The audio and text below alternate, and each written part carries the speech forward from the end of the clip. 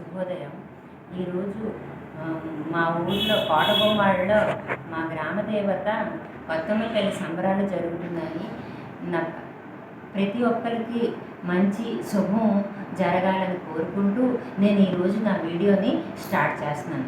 ఈరోజు మనం తెలుసుకోవాల్సిన విషయం ఏంటంటే, మనకి ధాన్యాల్లో 28 రకాల ధాన్యాలు ఉన్నాయి. అందులో అవుతుంది చిరుధాన్యాలు, అంటే సిరిధాన్యాలు. చిరు అంటే చిన్నలు. అయితే దానికి మన ఖాదర్ అలీ గారు ఒక మంచి వర్డ్తో సమకూర్చారు. అది చిరు కాదు, అది సిరిధాన్యాలు. సిరి అంటే ఐశ్వర్యం, మంచి ఐశ్వర్యము, ధనము, సిరి సంపదలు అంటారు కదా, ఆ సిరిధాన్యాలు అని అంటారనమాట. అయితే కొర్రలు, సామలు, ఓదలు, అరికలు, అండుకొర్రలకి పాజిటివ్ ధాన్యాల కింద ప్రకటించారు. నెగటివ్ ధాన్యాల కింద గోధుమలకి, ధాన్యములకి ప్రకటించారు. ఎందుకంటే గోధుమలు, ధాన్యములు మన శరీరంలో మనం తీసుకున్న తర్వాత కార్బోహైడ్రేట్స్ ఎక్కువయ్యి షుగరు, బీపీ, ఒబేసిటీ ఈ ప్రాబ్లమ్స్ వస్తున్నాయి. అయితే పాజిటివ్ ధాన్యాల కింద కొర్రలు, సాములు, ఓదలు, అరికలు, అండుకొర్రలకి తీసుకున్నారు.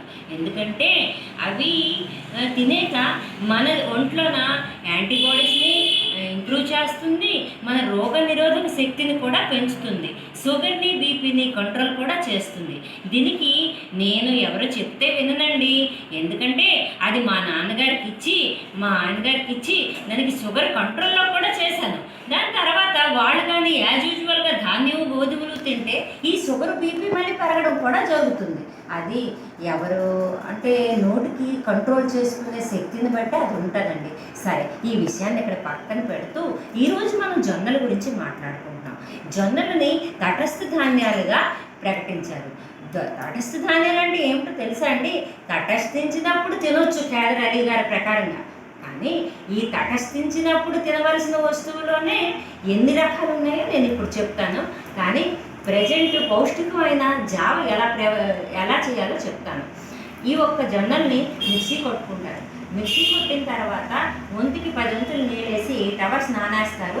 నానేసిన తర్వాత ఉడకపెడతారు. చిన్న సెగ మీద ఉడకపెట్టిన తర్వాత మళ్ళీ 8 అవర్స్ తర్వాత తింటే కాటన్ క్లాత్ కానీ మనం చుట్టేస్తే, ఇంతకు ముందు వీడియోలో కూడా మీకు చెప్పాను, ప్రోబయోటిక్స్ ఆక్సిజన్ లోపలికి వెళ్ళి ప్రోబయోటిక్స్ క్రియేట్ అవుతాయి. మనకి యాంటీబాడీ అంటే రోగ నిరోధక శక్తి ఏదైతే యాంటీబాడీస్ ఏవైతే ఉంటాయో అవి బాడీలో క్రియేట్ అవుతాయి. ఓకే, ఇంతవరకు ఇది చెప్పానండి. దాని తర్వాత మీకు నచ్చిన కూరతో సర్వ్ చేసుకొని మీరు తినొచ్చు. ఇక్కడ నేను మష్రూమ్ కర్రీ చేశాను.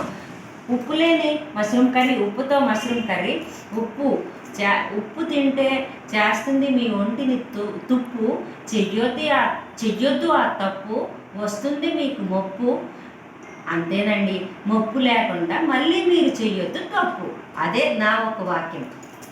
అయితే ఇప్పుడు మనం తెలుసుకోవాల్సిన విషయం, జొన్నల్లో పౌష్టిక ఆహారాలు ఏమిటి, జొన్నలు దేనికి పనికొస్తాయి. జొన్నలు మన ఒక ప్రతి ప్రాంతాల్లో గోధుమలు, ధాన్యము తర్వాత పండే పంట అవుతుంది ప్రపంచవ్యాప్తంగా జొన్నలేనండి, జొన్న పొట్ల తర్వాత. అయితే ఇందులో ఏంటంటే తెలుసా? ప్రోటీన్, ఫైబర్ అంటే పీచు పదార్థం, జీర్ణశక్తికి బాగా పనికొస్తుంది, డైజెస్టివ్ సిస్టమ్కి బాగా హెల్ప్ చేస్తుంది, డైజెషన్కి బాగా హెల్ప్ చేస్తుంది. మరి ఇది స్కిన్ క్యాన్సర్ నుంచి కూడా మనకి నిరోధిస్తుంది, మధుమేహం నుంచి మనం కాపాడుకోవచ్చు, మంగానీస్, జింక్, ఇంకా రకరకాల యాంటీ ఆక్సిడెంట్స్ కూడా ఉంటాయండి. మనకి గుండె సంబంధించిన వ్యాధుల నుంచి కూడా నిరోధిస్తుంది, హార్ట్ ప్రాబ్లమ్స్, ఉదర ప్రాబ్లమ్స్, కడుపుకి సంబంధించిన ప్రాబ్లమ్స్ని కూడా బయటపెడుతుంది. ఎందుకంటే జీర్ణక్రియని మనకి బాగా ఇంప్రూవ్ చేస్తుందని ముందే చెప్పాను కదా. ఐరన్ ఉంటుంది, అంటే పీచు పదార్థం కూడా ఉంటుంది, కాల్షియం ఉంటుంది, ఫాలిక్ యాసిడ్ ఉంటుంది. అయితే జొన్నలు రోజు మన డైట్లో తీసుకుంటే చాలా మంచిదండి. చూసేలా మన ఖాదర్ అలీ గారు ప్రపంచ ప్రసిద్ధ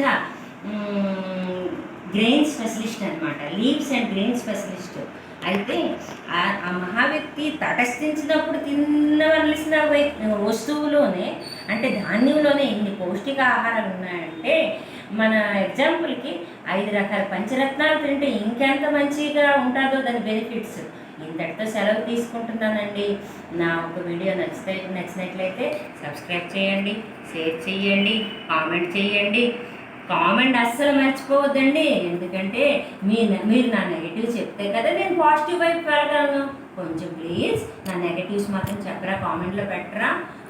ఎప్రిషియేషన్ అని పెట్టండి, నెగిటివ్ అని కూడా పెట్టండి, ఓకేనా.